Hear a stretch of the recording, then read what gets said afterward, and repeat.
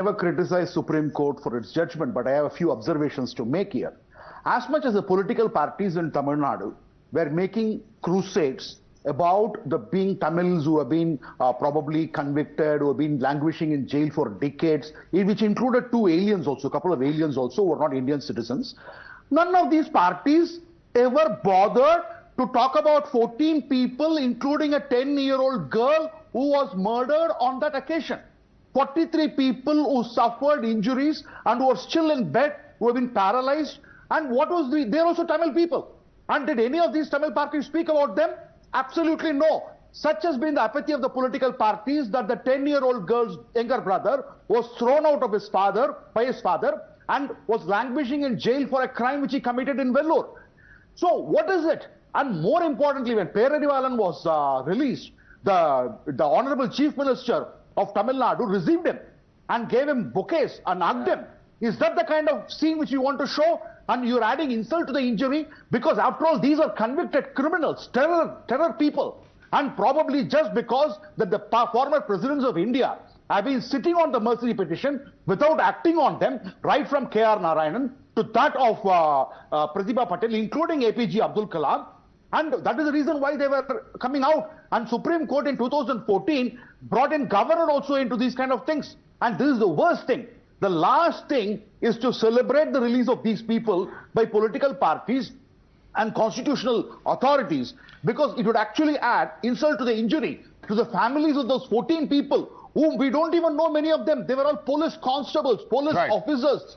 And these are the people who had actually lost their breadwinners. And what have the political parties done? Has DMK done anything for them? Absolutely no. Respond to that. Political parties have it in them. Mr. Gandhi, respond to that. Crusaders.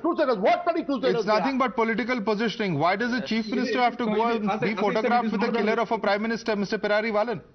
No, it is not at all a political positioning, because, see, how long you will keep a person in jail? Even in foreign countries, even in developed nations. But why the photo op then, sir?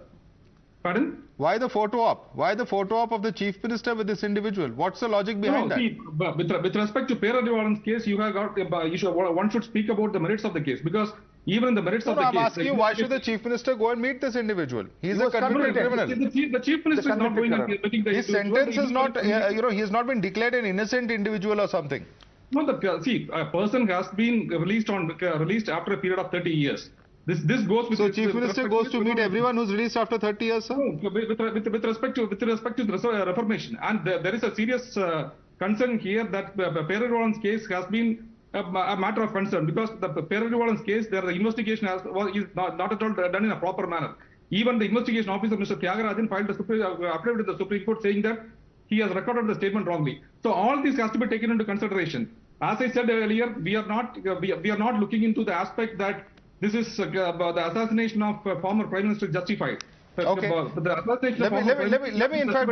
bring in Mr. Sreeram on that part. Mr. Sreeram, this is a point that is often made. You know, that there is some kind of sense of popular perception that there is some injustice that has been done to some of these convicts, that they've been wrongly prosecuted or have been, convicted. How much truth is there actually? Is there anything factually to support these claims? Absolutely no. Absolutely no. It has been, see, there are people who have come out after their tenure was over and came and said, no, I wrongly recorded the statement and all those stuff. Perarivalan is also a convicted person. Yes. He was a convicted life imprisonment guy.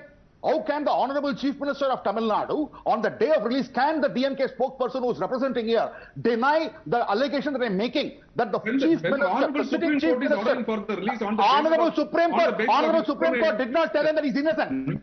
Sir, Honorable Supreme Court did not say he's innocent. Honorable Supreme Court said he has served. He is a convicted. No. Give me an answer. Give me an answer, Mr. Gandhi. Mr. Gandhi, give me an answer. Is he an innocent guy? Was he an innocent guy? Was he an innocent guy? Was he innocent? Was he not convicted? How can the Chief Minister ask such a person? What is the kind of optics you are giving? What is the kind of optics you are giving? Or you are going hand in hand with... Okay, many hands going up. Many hands going up. Number of